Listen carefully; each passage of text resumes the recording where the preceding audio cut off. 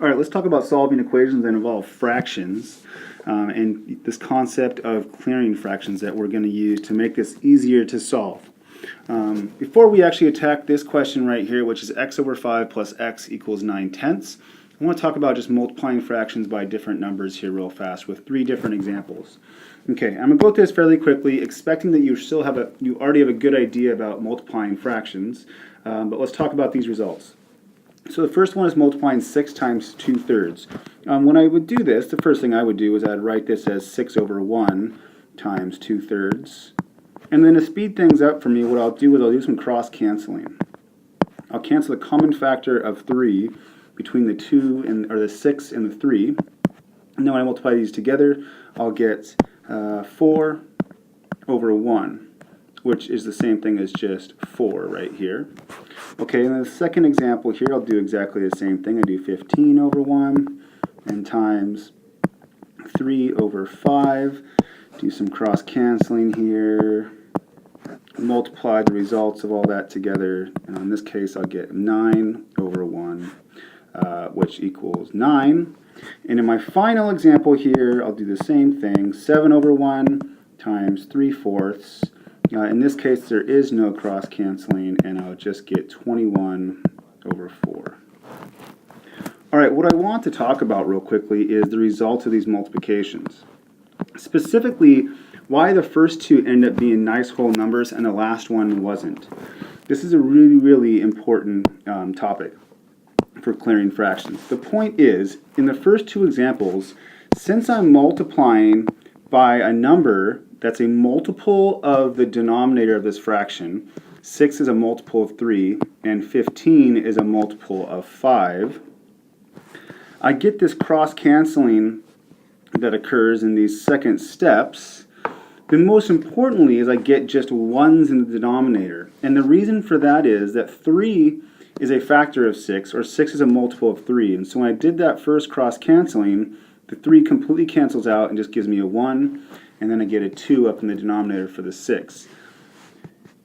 That 1 in the denominator is what gives me a 1 denominator here and turns it into a whole number. The second thing occurs in the second multiplication. Because 5 is a factor of 15, when I cancel, I get 1s in the denominator and it turns it into a whole number. And just to compare that to my last example, 7 is not a multiple of 4. And so when I go to the next step, there's no interesting canceling that happens, and it results in a fractional answer. So, the point being, if you want to multiply a fraction by a number and get a result that's a whole number, as in the first two examples, you have to multiply by numbers that are multiples of the denominators. All right, let's carry that over to our example that we're looking at right here. Well, what is that useful for? Well, what we're going to do is we want to get rid of all of these fractions, and we're going to do that by multiplying this equation by a value. We want that value to be a multiple of all of our denominators, and hopefully you can see how this relates to what I was just talking about. The first step here is to identify the LCD, the least common denominator. This is the smallest number that's a multiple of all our denominators. In this case, it's 10. And what we're going to do is we're going to multiply both sides of this equation by 10. And here is that in action. So I'm going to write this out. 10 times this x over 5 plus 10 times x equals 10 times the 9/10.